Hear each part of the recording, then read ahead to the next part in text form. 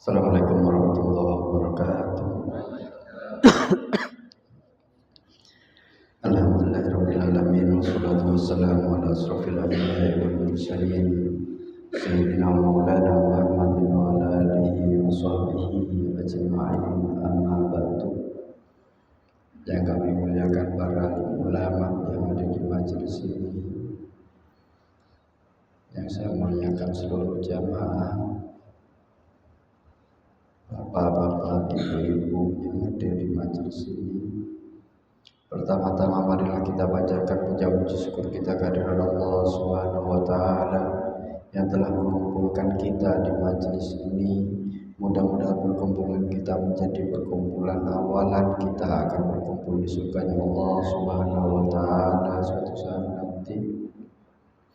Kedua kalinya selawat dan salam semoga tetap tercurahkan pada junjungan kita Nabi besar Muhammad sallallahu alaihi wasallam yang selalu kita harapkan syafaat-syafaatnya, dan mudah-mudahan yang ada di majelis ini adalah orang-orang yang mendapatkan syafaatnya baginda Nabi besar Muhammad sallallahu alaihi wasallam, baik dalam kehidupan di dunia ini lebih-lebih kehidupan akhirat nanti.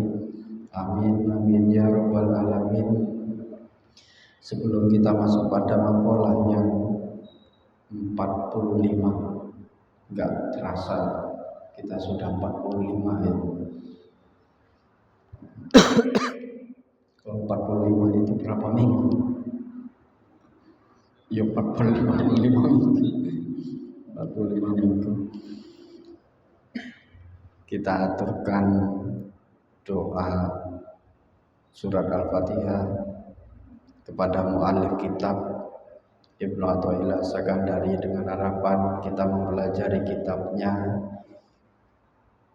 dapat mendekatkan diri kepada Allah Subhanahu wa taala dan membersihkan diri kita dari hijab-hijab, dari suatu yang tidak baik yang menghalangi diri kita dari Allah Subhanahu wa taala. Ala hatinya wa la kulli niyatin shalihah. Al-Fatihah. Iyyaka na'budu wa iyyaka nasta'in. Ihdinas siratal mustaqim, siratal ladzina an'amta 'alaihim ghairil maghdubi 'alaihim waladdallin. Qala al-musannif rahimahullah ta'ala wa nafa'ana bihi wa bi ulumihi wa maddana bi madadi wa asrarihi fid dharain amin. Makalah yang 45 ini sedikit kola ma qalla amalun barazamin qalbin zahid wala kasura amalun barazamin qalbin rahibin. Makolah tidak dipandang sedikit, tidak dianggap sedikit, tidak ditimbang sedikit. Apa itu? Amalun, perbuatan, amal soleh, barozah yang timbul, yang lahir. Apa amal itu? Min qalbin zahid, dari hati orang zuhud. Qalbin zahid, orang hati orang-orang zuhud. Jadi amal sekecil apapun yang dilakukan oleh orang zuhud itu tidak bisa dianggap sebagai kecil, dan Allah menganggap itu bernilai besar. Sebaliknya, wala kasurah, dan tidak dianggap banyak, tidak dianggap besar, tidak dianggap ya kalau ditimbang sedikit. Amalun amal min qalbin baroza, yang timbul min qalbin rohibin, yang timbul dari hati orang-orang yang rohib, hubbu dunya, seneng dunya. Berarti kalau rohib itu hubbu dunya, zahid itu tidak senang dunia. Itu beda jauh. Jadi kalau orang zahid itu melakukan perbuatan apapun, sholat 2 rakaat, saja, orang zahid itu tetap akan besar pahalanya daripada orang yang sholat 1000 rakaat tapi hatinya penuh dengan dunia. Lah zuhud itu kayak apa? Apakah zuhud itu miskin? Karena banyak orang-orang hari ini itu bilang zuhud itu adalah orang yang menapaki satu jalan menuju kemiskinan. Orang duit dunia. Tidak. Zuhud itu apa? Zuhud itu adalah az-zuhdu fi syai' wa khurujul mahabbatihi min qalbin. Mengeluarkan rasa cinta kita terhadap sesuatu. Rasa cinta yang ada dalam hati itu harus kita keluarkan. Kalau kita cinta kepada harta, maka supaya kita tidak cinta kepada harta, tapi punya harta. Kalau kita cinta kepada jabatan, usahakan kita tidak pernah cinta kepada jabatan, tapi kita punya jabatan. Bisa. Karena orang zahid itu bukan orang miskin.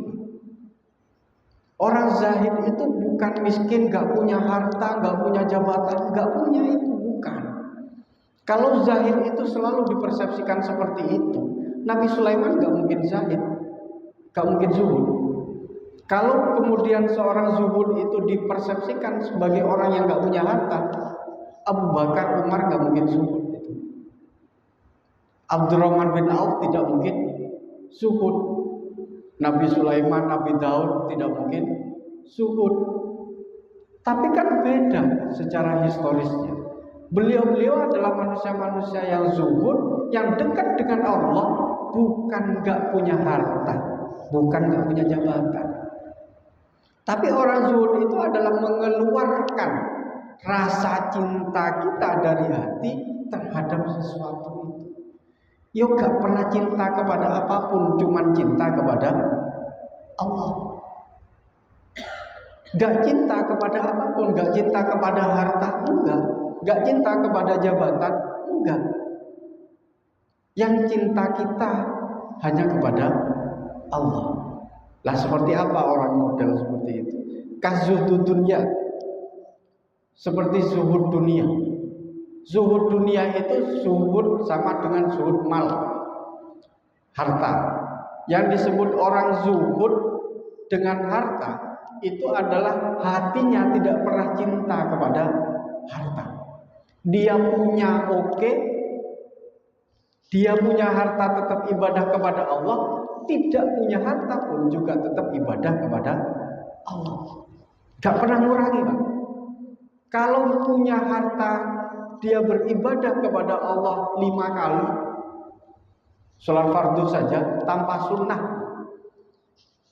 Kemudian gak punya harta, ya tetap 5 itu. Tidak kemudian ditambah. Kalau kita kan enggak. Kalau giliran sholat tahajud 2 kali, 2 rakaat saja biasanya. Kalau punya harta, giliran gak punya uang, sholatnya sampai berkali-kali. Itu artinya masih hubud dunia. Salah satu orang yang memiliki ciri yang zuhud dunia itu adalah wa furudatuhu minhu. Dan ketika harta meninggalkan diri kita, itu enggak membuat perasaan kita berbeda.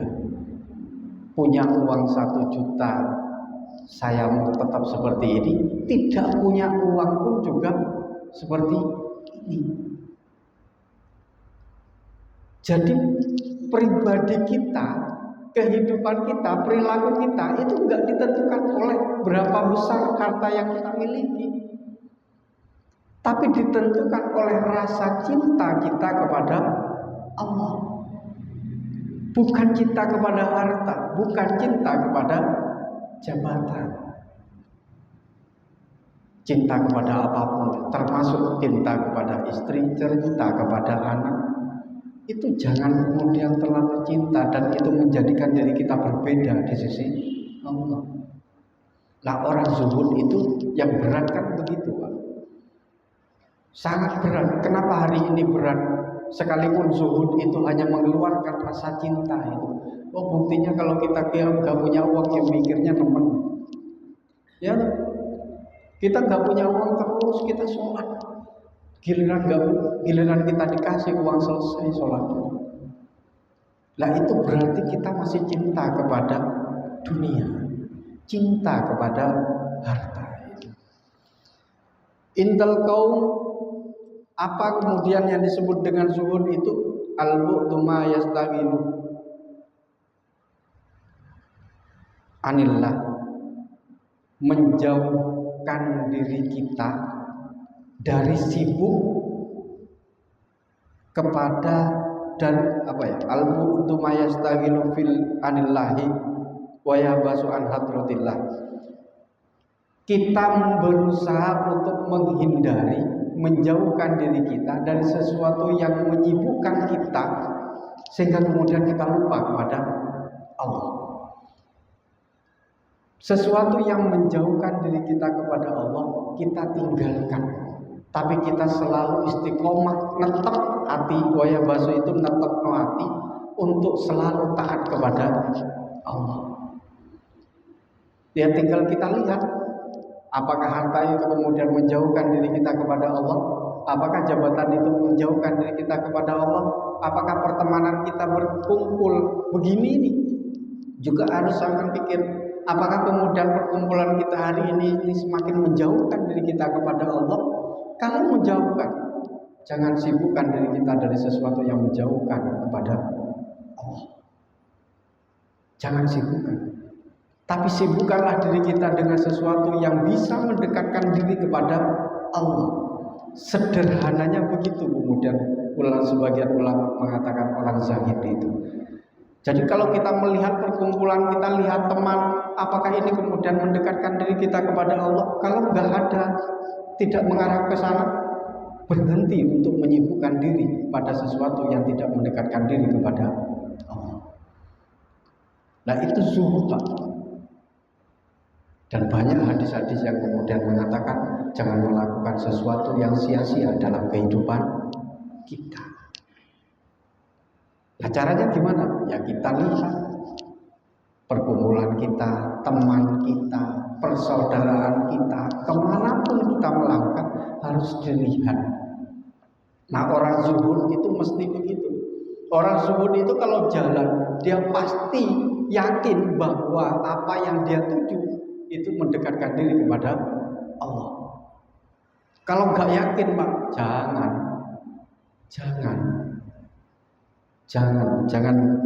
lakukan, jangan menyibukkan diri. Bapak-bapak, ibu-ibu yang dirahmati oleh Allah, maka kemudian zuhud itu kalau dalam bahasa para ulama kemudian disebutkan ada 3 tingkatan. Ada az-zuhdu wa yakunu awalan fil mal. Az-zuhdu tangkosim salah satu aksamin. Zuhud itu dibagi menjadi 3. Wa yakunu awalan fil mal, dan yang pertama itu adalah zuhud dari harta. Karena godaan pertama kita itu biasanya harta Pak. Godaan terbesar kita itu.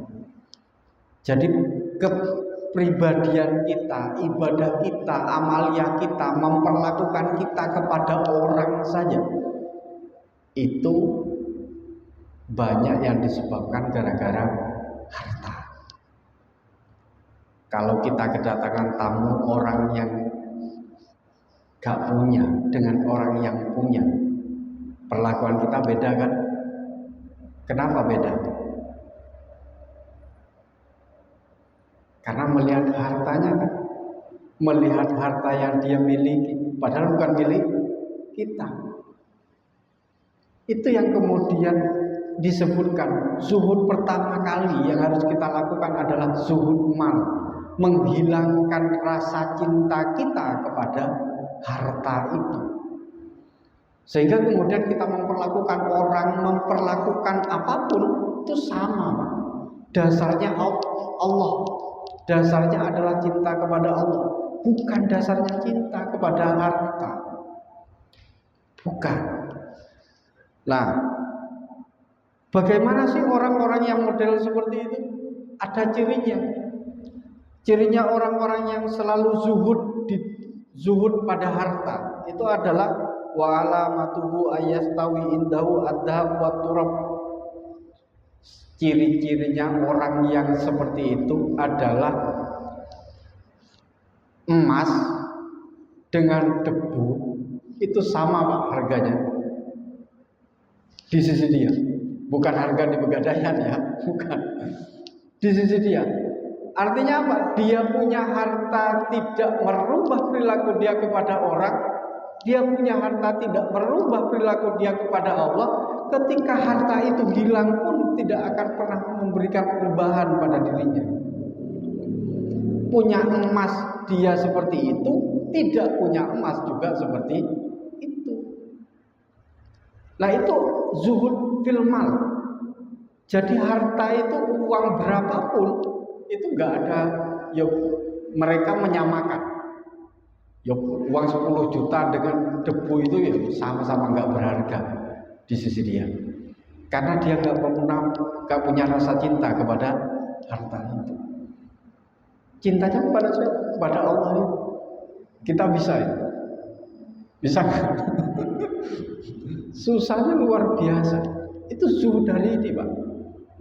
Tapi zuhud yang seperti itu harus dilakukan agar kemudian style kita, karakter kita, perilaku kita itu tidak berubah kepada orang lain berdasarkan harta.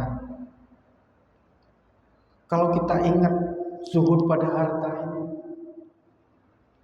bagaimana Abu Bakar, Umar, Utsman itu menghibahkan seluruh hartanya untuk perjuangan Rasulullah. Itu Abu Bakar, Umar, Utsman bukan orang yang gak punya. Beliau adalah orang-orang kaya. Belum lagi kalau kita bercerita tentang Siti Khadijah. Siti Khadijah itu kaya raya, Pak. Suatu ketika kemudian Siti Khadijah itu setiap hari kalau Nabi Muhammad itu datang. Ini kalau ada ibu-ibu tuh. Kalau Nabi Muhammad itu datang, Siti Khadijah itu selalu membukakan pintu dan selalu membawa air. Kemudian beliau selalu tersenyum kepada Nabi Muhammad. Setiap Nabi Muhammad datang, itu pasti dibukain pintu oleh Siti Khadijah. Suatu hari kemudian Nabi Muhammad itu datang, tidak ada yang buka pintu. Tidak ada yang buka pintu, Siti Khadijah juga tidak muncul. Ketika Nabi masuk, melihat Siti Khadijah dalam kondisi sakit. Pantas kemudian tidak menyambut Nabi Muhammad. Ketika Siti Khadijah sakit, apa yang dikatakan? Siti Khadijah saat itu kemudian menangis. Saat menangis itu Nabi Muhammad bertanya kepada Siti Khadijah, apakah kamu ridho saya menjadi suamimu? Baik. Apakah kamu ridho saya menjadi suamimu? Kalau dulu, seandainya dulu kamu tidak memiliki suami seperti saya, kamu akan menjadi orang yang kaya raya, dan ketika sampean sakit semua orang pasti akan datang. Tapi ketika bersuami dengan saya, harta tidak ada, dipakai untuk berjuang agama Islam. Ketika sakit tidak ada seorang pun yang kemudian itu Siti Khadijah. Apa jawaban Siti Khadijah waktu itu? Saya ridho ya Rasulullah. Saya ridho menjadi istri. Saya ridho semua harta dipergunakan untuk perjuangan Islam. Saya ridho. Saya menangis bukan gara-gara itu, tapi saya menangis hanya berpikir seandainya saya meninggal nanti, siapa yang akan membantu Rasulullah dalam memperjuangkan agama Islam? Itu luar biasa. Siti Khadijah yang kaya raya, dia memberikan semua hartanya untuk medan perjuangan agama Islam. Artinya Siti Khadijah sudah zuhud fil mal. Zuhud harta tidak ada dalam hatinya. Bahkan Siti Khadijah kemudian mengatakan, ya Rasulullah, seandainya kemudian saya mati dan lama sudah menjadi tulang belulang, suatu saat Anda nyampe di jembatan dan tidak ada jembatan di sana, maka galilah kuburan saya, ambillah tulang-tulang itu dan jadikanlah sebagai jembatan. Begitu setianya Siti Khadijah, bukan hanya sekedar harta yang diberikan kepada Islam, tapi raga dan jiwanya pun juga diberikan. Makanya Nabi kemudian di semasa hidupnya tidak pernah bisa melupakan yang namanya Siti Khadijah. Nah itu zuhud fil mal. Banyak orang-orang zuhud fil mal itu. Jadi orang zuhud fil mal ini punya harta, tapi harta itu dipergunakan untuk Islam, dipergunakan untuk kebaikan, dipergunakan untuk menolong orang. Itu yang dilakukan oleh orang-orang yang zuhud fil mal. Karena punya harta dan tidak punya harta tidak ada bedanya. Itu yang zuhud fil mal itu. Makanya kemudian di dalam Al-Quran itu summa qasat qulubukum aw asad qaswa. Hati itu lunak, Pak. Lembut. Pernah tahu hati kan? Ya kalau nggak tahu hati manusia kan tahu hati kambing, tahu hati sapi. Hati itu kan lunak. Aw asad qaswa, tapi lunaknya hati bisa sekeras batu, Pak. Bisa sekeras batu. Orang kafir pada waktu itu bukan nggak tahu Nabi Muhammad jujur, bukan nggak tahu kepada Al-Quran yang selalu dibaca oleh Nabi Muhammad, bukan nggak tahu kebenaran, bukan. Mereka adalah orang-orang yang selalu mendengar dakwah-dakwah Nabi, mendengar Al-Quran, tapi asal tukos, hati mereka mati mereka tertutup dari kebenaran-kebenaran itu. Bapak-bapak, ibu-ibu yang dirahmati oleh Allah. Yang kedua apa? Wa yakunu saniyan fil jan wal maratib. Orang kalau tadi adalah zuhud fil mal, zuhud harta. Yang kedua ini adalah zuhud pangkat dan derajat. Pangkat dan derajat. Orang punya pangkat, orang punya derajat. Orang zuhud ini nggak suka, nggak pernah suka dengan pangkat-pangkat yang seperti itu. Karena bagi orang zuhud itu nggak ada gunanya. Pangkat di dunia, derajat di dunia, yang ada adalah pangkat dan derajat di sisi Allah. Jadi presiden, jadi menteri, jadi apapun di lembaga itu boleh, tapi jangan kemudian menjadi sesuatu yang harus dipuja. Menjadi camat, bupati, dan semua orang harus memuja dirinya. Itu tidak boleh. Tidak boleh. Makanya orang yang zuhud di dalam pangkat dan jabatan tidak pernah kemudian menggunakan jabatan dan derajatnya itu kepada sesuatu yang tidak baik. Pasti digunakan kepada sesuatu yang baik. Banyak kisah-kisah itu. Kalau kita belajar dari sahabat Nabi sampai tabiin saja, gak karuan. Kisah-kisah yang memperlihatkan jabatan itu gak ada gunanya. Derajat yang berada di manusia itu gak ada gunanya. Yang ada kemudian derajat di sisi Allah itu. Makanya yang ketiga alamatnya, wa alamatu, ciri orang-orang yang zuhud di pangkat dan derajat itu kayak apa? Ayastawiya indahu al-izzu wad-dhulli. Orang muji ambek orang menghina itu podo sama. Kalau kita dipuji oleh orang kemudian kita merasa besar, sedangkan kalau kita dihina selalu merasa rendah. Orang muji dan menghina diri kita bagi orang yang zuhud fil jadwal marotib ini sama aja.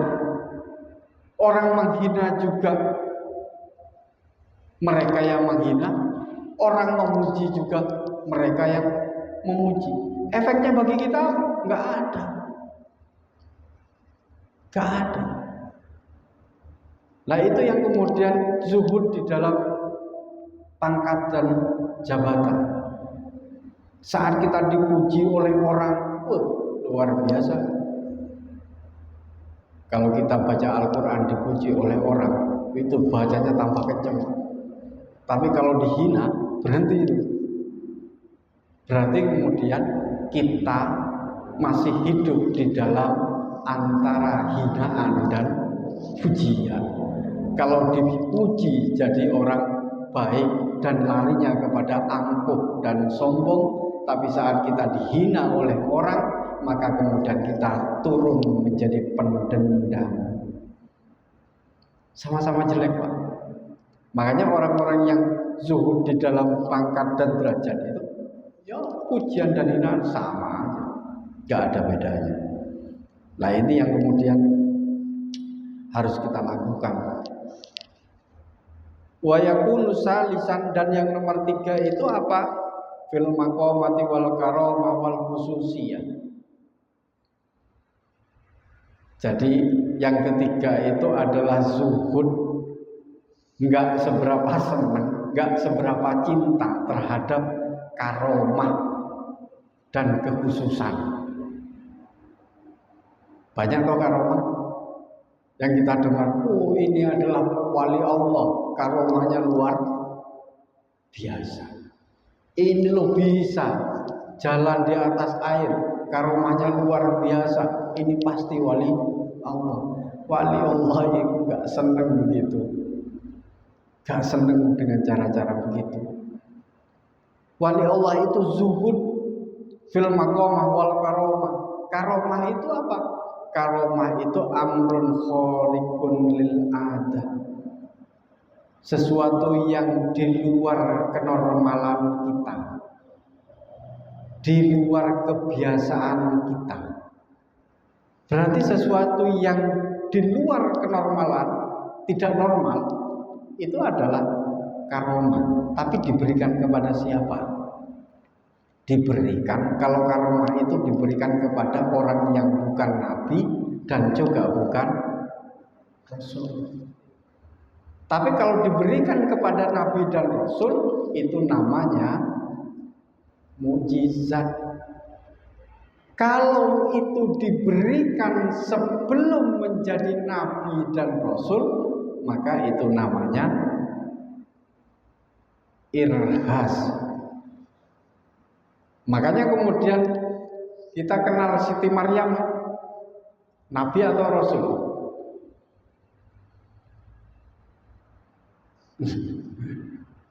Siti Maryam, ya bukan nabi, bukan rasul. Tapi Siti Maryam punya keistimewaan. Ketika beliau berada di kamarnya dengan 7 lapisan pintu itu, nggak pernah tahu siapa-siapa, tapi ada makanan yang datang. Dari siapa? Dari Allah.